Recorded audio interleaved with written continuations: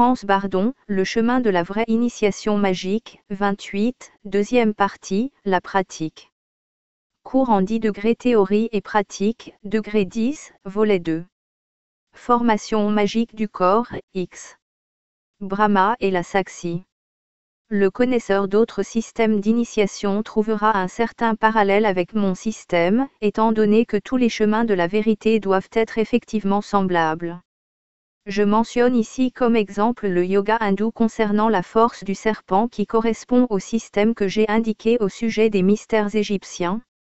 Pour le yoga de la Kundalini, l'élève est obligé par son gourou à méditer sur le centre Muladhara qui se trouve dans le coccyx et à y faire des exercices de pranayama. Lorsque nous examinons de plus près la symbolique du centre Muladhara, nous voyons que ce centre a la forme d'un carré de couleur jaune, dans lequel se trouve un triangle rouge dont le centre est occupé par le phallus, le membre viril, entouré 3 fois et demi par le serpent. Le centre Muladhara est le premier centre, le plus primitif et le plus matériel, il est symbolisé par un éléphant et la déesse concernée, qui se trouve dans un coin. Cette expression symbolique, appelée Leya Yoga en Inde, est rendue aussi clairement et signifie la clé de l'initiation du premier degré du yoga. Ce signe est interprété diversement, mais l'explication correcte est que le carré représente la Terre, le triangle les 3 pointes ou secteurs, les mondes matériels, astral et mental, le phallus la force créatrice, l'imagination, et le serpent le chemin et le savoir. L'élève sait déjà que l'élémentaire est constitué de 4 éléments et il n'est donc pas nécessaire d'ajouter d'autres commentaires. L'élève en yoga doit, avant tout, apprendre à connaître et à dominer les 3 mondes matériels, astral ou psychique et mental ou spirituel. Le Muladhara chakra n'est par conséquent qu'un diagramme de l'initiation et il correspond à la première carte du tarot. En Inde, on ne donne jamais directement une définition aussi claire, et cela dépend de l'élève d'y arriver, lorsqu'il maîtrise le centre Muladhara, c'est-à-dire lorsqu'il a atteint sur son chemin spirituel le développement correspondant au diagramme du Muladhara. Le centre Muladhara n'est pas appelé en vain le centre de Brahma, car à ce stade de la formation, l'élève en yoga reconnaît Brahma, donc la divinité dans sa manifestation la plus subtile.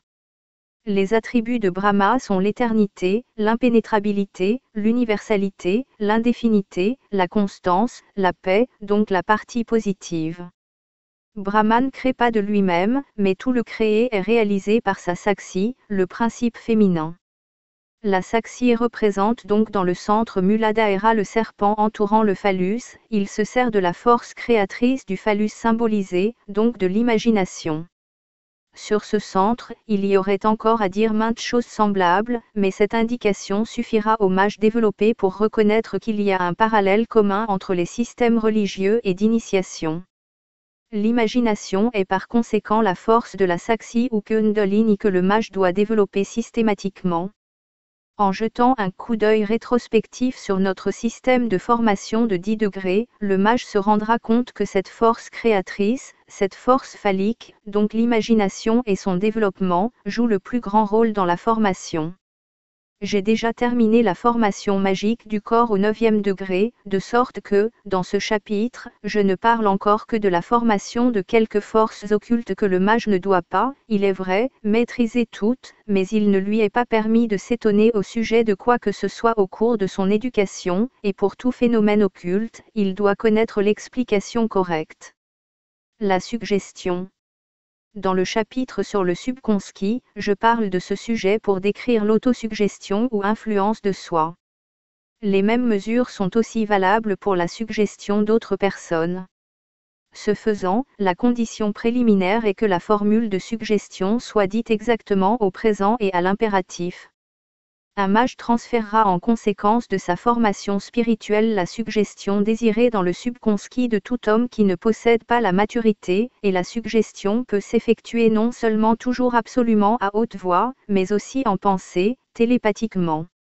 Il est aisé au mage de donner des suggestions même à la plus grande distance. Il peut faire cela de 2 manières, soit en allant trouver en esprit la personne concernée pour l'influencer au mieux durant le sommeil, par la suggestion, où il supprime au moyen de l'akasha la distance entre lui et le sujet, afin de travailler par la suggestion. Il n'est pas nécessaire d'indiquer d'abord séparément que le mage peut se servir aussi du miroir magique lors de suggestions à distance. Il est évident qu'une suggestion peut être donnée dont l'effet ne sera pas seulement sensible dans le présent, mais aussi dans le futur le plus lointain, c'est-à-dire que le temps de l'effet suggestif sera transféré dans le subconscient du sujet. La télépathie. La télépathie est un domaine apparenté à celui de la suggestion. Pour un mage, c'est un jeu d'enfant de transmettre ses pensées à toute personne. Ce faisant, il suffit qu'il tienne compte qu'il doit communiquer les pensées non pas au corps ou à l'âme de la personne en question, mais à son esprit seulement. Le mage se représente l'esprit d'un homme, c'est-à-dire qu'il fait abstraction des corps physiques et astrales et qu'il ne s'occupe que de son esprit, auquel il transmet la pensée.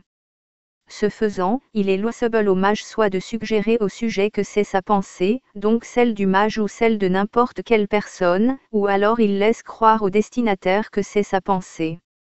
Le mage tient compte de tout cela lors de la transmission. Non seulement les pensées, mais aussi les sensations peuvent être transmises aussi bien dans le voisinage immédiat qu'à la plus grande distance. Le mage aura toujours conscience qu'il ne doit transmettre à l'aide de ses forces magiques que de bonnes pensées. Je suis convaincu qu'aucun élève et aucun mage ne se laissera aller à commettre des abus. Des pensées opposées à la volonté d'un homme peuvent aussi être suggérées. Étant donné que le mage maîtrise les éléments, il peut éliminer par la télépathie les pensées de la personne à influencer et lui en inculquer qui lui apparaissent souhaitables. L'hypnose.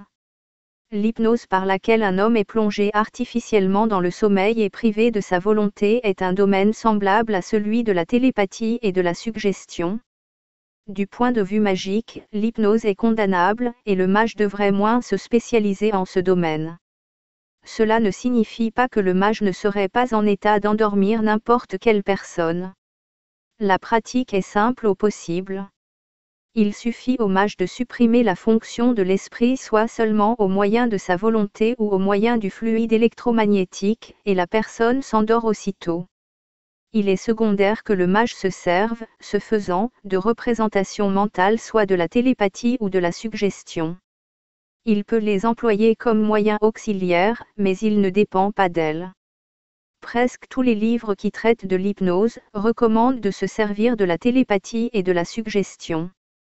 Celui qui domine les forces n'a besoin ni de l'une, ni de l'autre, car à l'instant où il fait abstraction du corps et de l'âme de la personne d'expérimentation, donc dès qu'il n'en tient plus compte et qu'il supprime ou paralyse sa volonté à l'aide de l'imagination, la personne en question perd conscience ou s'endort immédiatement, par quoi le subconscient est libéré et devient réceptif aux suggestions de toutes sortes. Justement cette provocation, c'est-à-dire cette intervention dans l'individualité d'un homme est à déconseiller du point de vue magique, et le mage n'aura alors recours à n'importe quelle espèce d'hypnose que s'il n'a en vue que ce qui est noble, par exemple, donner à la personne concernée de bonnes suggestions d'un effet particulièrement fort. Même si la personne d'expérimentation désire directement être hypnotisée, le mage doit si possible s'en abstenir. Le véritable mage renoncera constamment à satisfaire une éventuelle curiosité ou le besoin de sensation d'autrui par des expériences d'hypnotisme. Lors de grands dangers, un mage exercé peut provoquer une sorte d'effroi hypnotique, par exemple, en paralysant l'esprit de l'adversaire durant quelques instants par un éclair du fluide électromagnétique. Il n'emploiera évidemment ce procédé qu'en cas de nécessité. Cela ne sera que bien rarement nécessaire au cours de la vie du mage. Il est démontré scientifiquement que les animaux peuvent être aussi hypnotisés, et un mage qui veut hypnotiser un animal, au cas où cela est nécessaire, visera le côté instinctif de l'animal, ce qui provoque un sommeil immédiat même chez le plus grand et le plus fort animal. L'hypnose des foules des fakirs. L'hypnose des foules provoquée par les fakirs hindous et les jongleurs qui trouvent de nombreux admirateurs n'est pas un problème pour un mage. Les fakirs qui s'occupent de telles expériences ne savent même pas la plupart du temps comment celles-ci se produisent, car leur secret est traditionnel et se transmet de génération en génération. Si un espace déterminé, une place, etc. sont chargés d'akasha, toutes les personnes présentes en sont pénétrées, et l'akasha prédomine alors en chacun. Étant donné que l'akasha est le principe des causes, tout ce qui y est projeté doit se réaliser. En vertu de cette loi, l'hypnose défoule des fakirs, qui dupant leurs spectateurs par diverses jongleries et présentations, est facilement explicable. Le mage peut provoquer tout aussi bien une hypnose des foules de la manière décrite. Par un mot ou une formule traditionnelle, le fakir appelle l'akasha dans un lieu et projette dans l'akasha les images que les spectateurs désirent voir. Par la réitération fréquente de cette expérience, celle-ci est déjà si automatisée que le fakir n'a même plus besoin de se servir de l'imagination et de l'akasha, ainsi que de l'événement que les spectateurs veulent voir.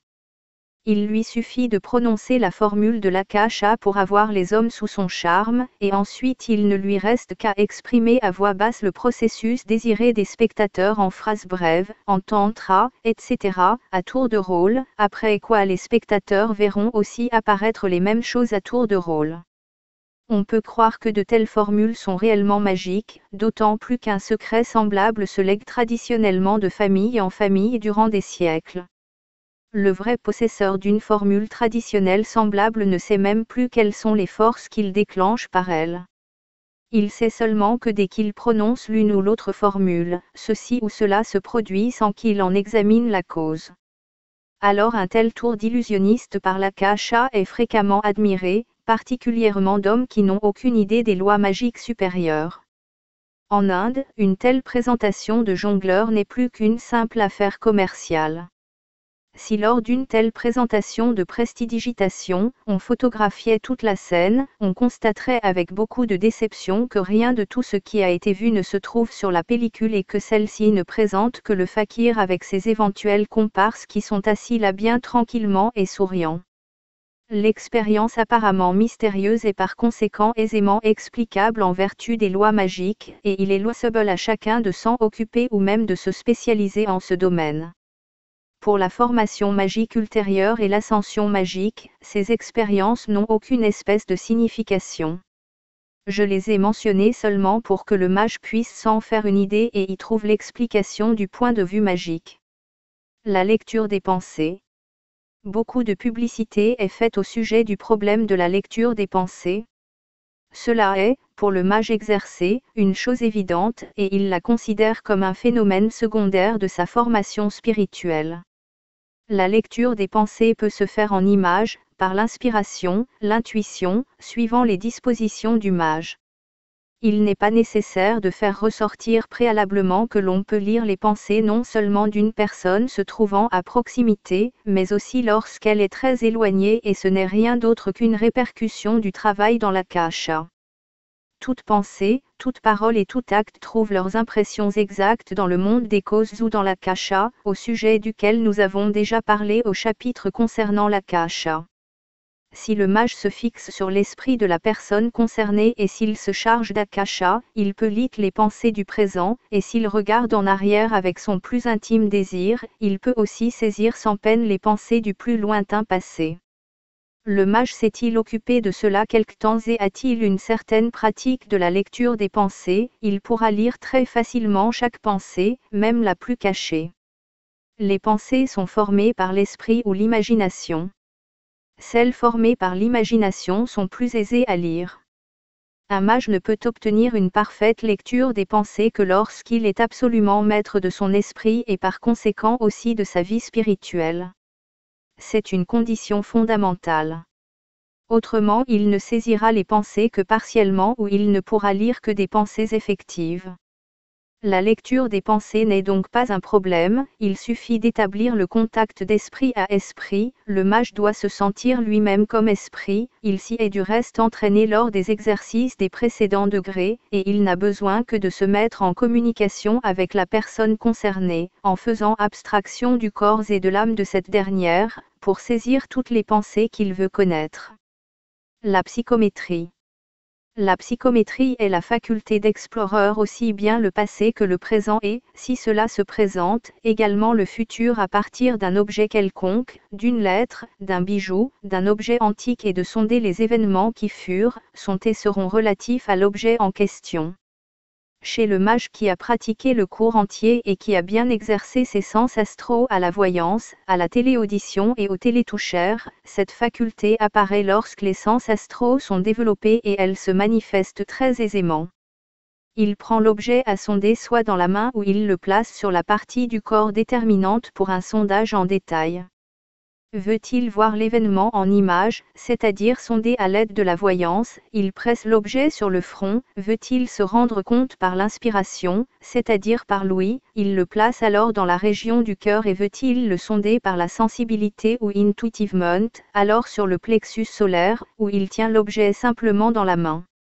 Après s'être concentré sur ce qu'il veut savoir de cet objet, il se transpose dans l'akasha, autrement dit il se met en transe, et lit avec ses yeux, ses oreilles ou sa sensibilité spirituelle les divers événements du passé, du présent ou du futur. Le mage peut aussi s'aider de son miroir magique. Il peut de cette manière, par exemple, faire dérouler comme dans un film ou un panorama tous les événements liés à un objet antique et apprendre tout ce qui lui est relatif.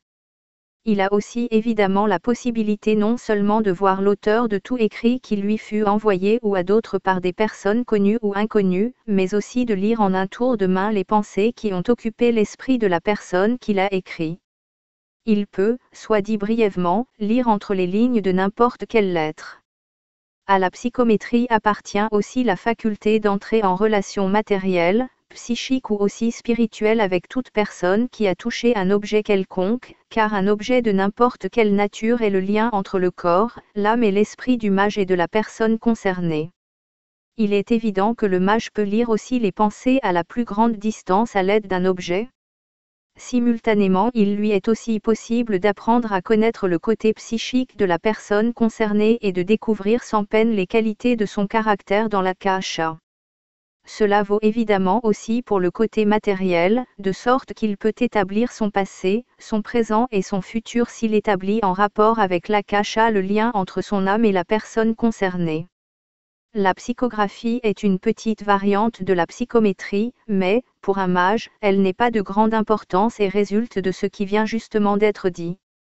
Par le lien non seulement l'expéditeur, par exemple, d'une lettre, est sondé et reconnu dans toutes les phases et en toutes choses, mais l'objet peut aussi servir à établir le lien avec la personne concernée et éventuellement à influencer son esprit, son âme et aussi son corps. On voit par là que la psychométrie est une faculté subordonnée à la voyance qui nous est déjà connue. L'influence de la mémoire. Comme nous le savons déjà, la mémoire est une faculté intellectuelle que possède tout homme dont les 5 sens normaux sont intacts. La mémoire est cependant simultanément le récepteur des pensées et des idées du monde mental et par conséquent aussi de celui de l'akasha. Nous savons que toutes les pensées et idées sont transposées dans l'akasha et que la mémoire par sa faculté réceptive les rappelle de l'akasha et de la sphère mentale dans la conscience. Après que le mage est devenu maître de l'akasha, il peut influencer la mémoire de manière directe et indirecte. Il augmente la mémoire à l'aide de l'imagination de manière directe au moyen de l'élément concerné ou du fluide électromagnétique ou par simple influence du subconscient. Mais il peut aussi, s'il travaille sur la mémoire, effacer, éliminer, affaiblir avec facilité, selon son désir, des idées, des pensées et des souvenirs dans la conscience à l'aide de l'imagination et par conséquent aussi dans la mémoire. La manière d'influencer indirectement la mémoire consiste à agir indirectement sur elle par le principe akasha. Le mage qui voit dans l'akasha les fils des images et des pensées de n'importe quelle personne, peut étouffer celles-ci à l'aide de l'imagination, il peut les effacer ou détruire, couper ou affaiblir la communication entre les images dans l'akasha et la personne concernée à l'aide de l'imagination. Étant donné que le mage a la possibilité de ravir la mémoire à toute personne par ce procédé, qu'il prenne garde à ne pas commettre d'abus, et celui qui a le souci de son développement éthique ne se laissera pas tenter par une telle action. Le mage fera alors usage de cette faculté seulement lorsqu'il veut affaiblir ou effacer totalement dans la mémoire de quelqu'un des expériences, des événements malheureux qui y ont laissé des traces profondes. Le mage peut ici faire beaucoup de bien en effaçant maints crève-cœur, maints mauvais souvenirs et maintes déceptions, dont une personne ne peut se débarrasser. Il peut aussi effectuer cela pour lui-même au cas où il a subi jadis de grandes déceptions et d'autres chocs psychiques, par exemple, avant son éducation magique, et qui lui reviennent toujours à la mémoire. S'il efface ces images dans l'akasha, elles ne se manifesteront plus jamais dans son esprit. Mais s'il réussit à en devenir maître par sa volonté, par l'autosuggestion ou d'autres méthodes, il ne lui est pas nécessaire alors d'effectuer l'opération frappante dans l'akasha, pour faire disparaître les images en question. Le phénomène pathologique de la perte de la mémoire est dû à l'affaiblissement temporaire de la liaison avec le monde mental et par conséquent aussi avec l'akasha. Toutefois, cet état est déjà une maladie, un dérangement de l'esprit, lorsqu'il est apparu pour diverses causes, comme la peur, etc.